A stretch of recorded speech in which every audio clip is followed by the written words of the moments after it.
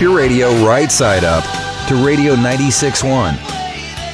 More music, less blah blah Back blah. here on Media Analytics, as usual, your host Nathan Del Carmen. And 30 Cañete. For today we decided to overlook the branches of perspectives, attitudes, values, beliefs, and so much more in this movie. And in my opinion, it is an amazing movie that I could talk endlessly about. Which is why on this episode, I decided to make the analysis of the week about Coraline. Yup, that's the movie Coraline.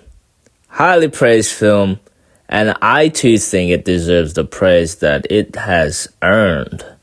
Very poetic movie in my opinion, and I think it's just one of those movies that are extremely analytical, am I right? I too agree.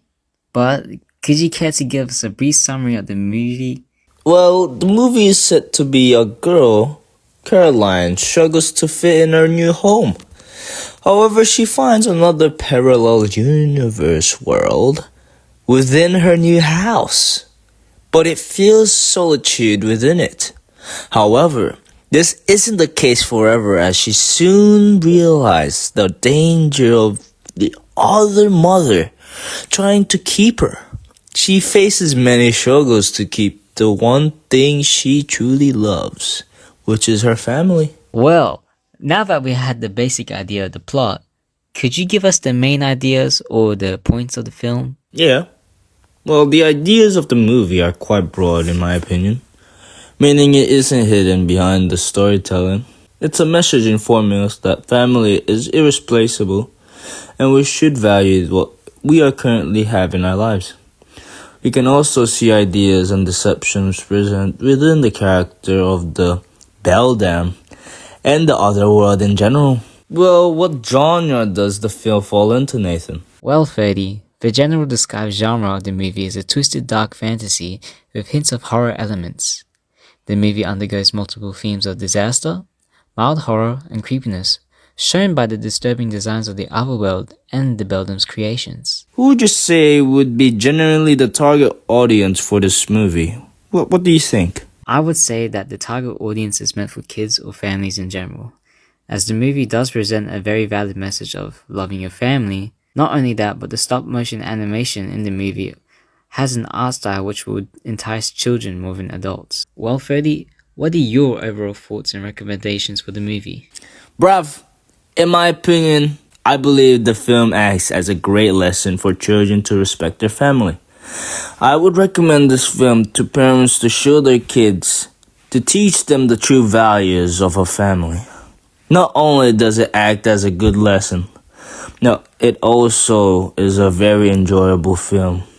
In general, with a unique art style and interesting storytelling. Could you tell me and the audience what perspectives are shown in the film? Well, Nathan, throughout the film we can find multiple perspectives of real-life ideas conceived through the themes and storytelling. For example, if we stand at Caroline's position, we can see that the perspective of the child's naivety. This was portrayed in a negative light, as it was Caroline's curiosity that nearly got her family and herself killed. So evidently, we can tell that the authors, the perspective of curiosity shown and the harmful effects it may cause. But what attitude, values, and beliefs are inside the film Coraline, Nathan? What do you think? I think that inside the film we can see attitudes that young children may exhibit when dealing with their families. Often, as children, it is not an uncommon thought to have wished for better parents. This is especially evident in specific scenes like when Coraline was asking her real mother for a pair of gloves. When rejected, Coraline went to the other mother to get them for her, or in scenes where we can obviously see Coraline holding her other mother to higher regards than her own real mother. How has context been used to help to construct the ideas within the film? Context is used in movies as a way to further add on to existing ideas. We use context all the time to relate or understand things just by using our own personal experiences. A prevalent idea in the film is to not trust strangers. Utilizing our own context, we already know that this is an issue, and our instinct already gives us the idea that the beldam is the potential antagonist. But do you think your personal context influenced the way you respond to the film?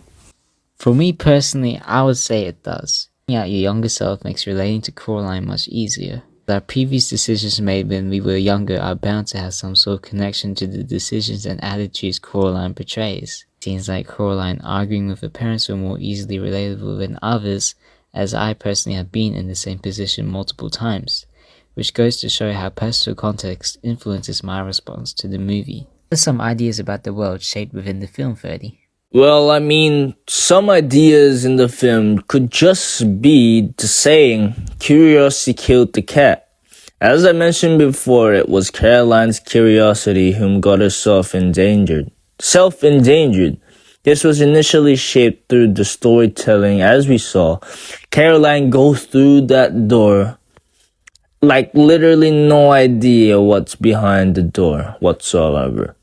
But however, she still decided to venture it off herself, not knowing the potential hazards or dangers that lies behind it. Another idea may be just true happiness is often misunderstood.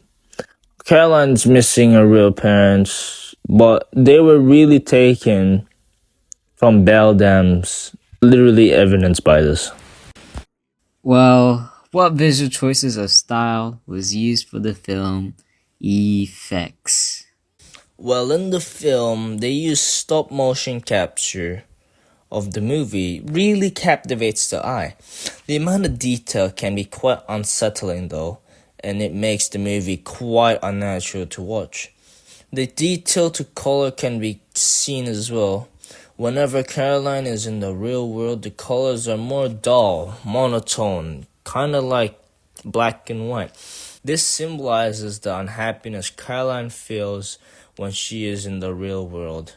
But when she is comparison to the other world, the other door, parallel universe, parallel dimension, the colors are so vibrant, meaning she's supposed to be felt happy in it and very much feels comfortable. That's why. Well, what do you think the conventions of genre have been manipulated in the movie's effect? What do you think?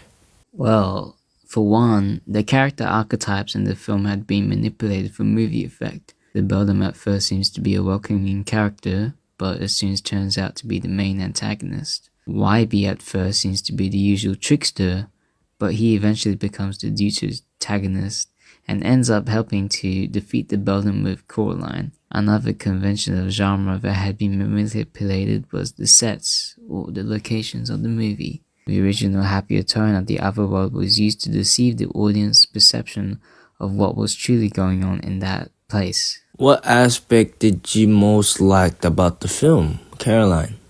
The aspects I really liked about the film were the scenes that the Beldam had made her puppets to perform. It is even more impressive when you realize that most of those scenes were made by hand.